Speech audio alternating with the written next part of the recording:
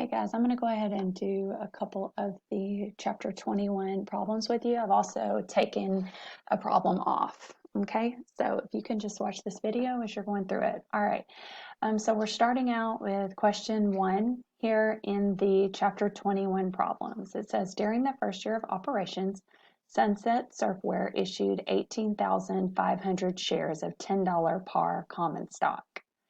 At the end of the year, the corporation had net income of $380,000.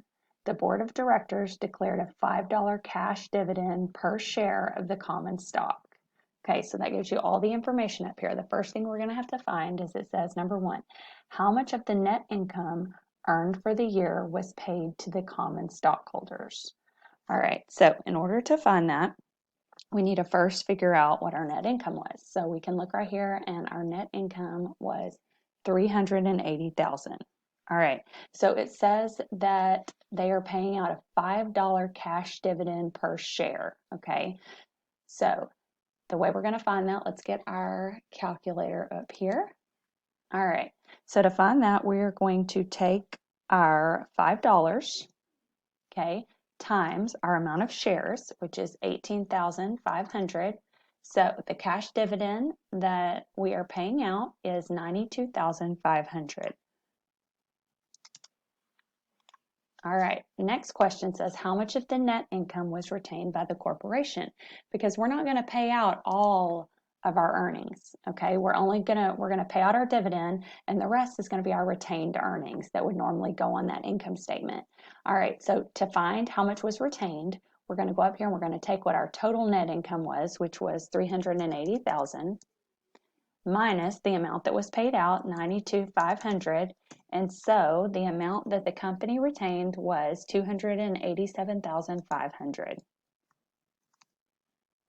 Okay, so it says compare the date of declaration, January 1st, so that's the day that they said they were going to pay them, and the date of payment with the date of record on January 15th, and explain what action is required on each date. All right, so I would say something like journal entries are required on the date of declaration. Oops, let me spell that right. To record the liability and the date of payment to record the actual payment. Okay, and then something like the date of record does not require an entry, but is needed to determine who will receive dividend payments. Okay?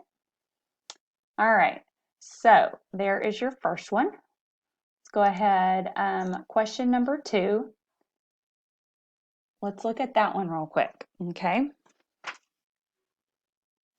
Okay, for question number 2, it says on June 1st, InBeat CD Shop was incorporated and authorized to issue 1,000 shares of $100 par preferred 9% stock and 10,000 shares of $25 par common stock.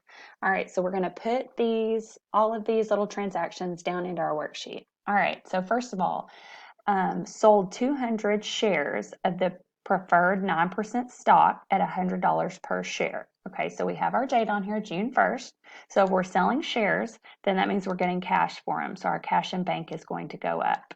So our cash in bank is going to go up, and we are selling the 9% preferred stock. Okay, so for what amount? Well, let's look.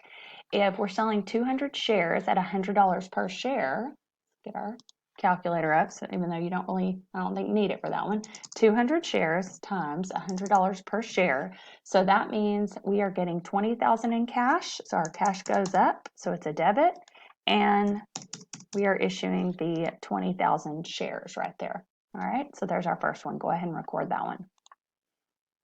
Next one, on June 2nd, we sold 3,000 shares of common stock at $25 per share. Okay, so it's going to be the same sort of thing. It's just the different kind of stock here. Okay, so we've got our 3,000 shares times 25 a share. So it's 75,000. So our cash in bank is going to be going up. When cash goes up, it's a debit of 75,000 there. And our common stock. Our common stock is going up by 75,000. Okay, so go ahead and record that entry. All right, next, we received $31 per share for 2,000 shares of common stock issued. Okay, so this means it says $31. Well, up here, it was the 25. So we have something that is called paid in capital in excess of par that we're going to use on this one, okay? So let's do this one. On this one, we've got our cash and bank going up. All right, we are issuing the common stock. So see, we're just issuing it above the normal.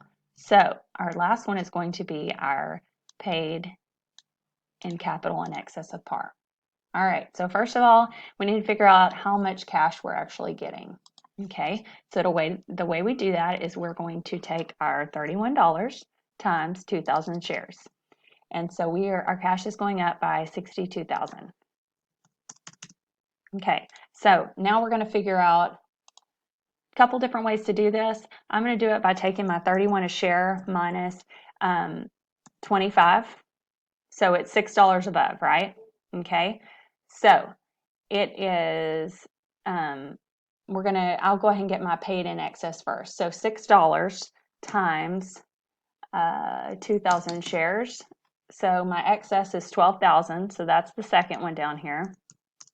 So you can either subtract out to get your answer, or you can just do your normal 25 times 2,000 and you get 50,000.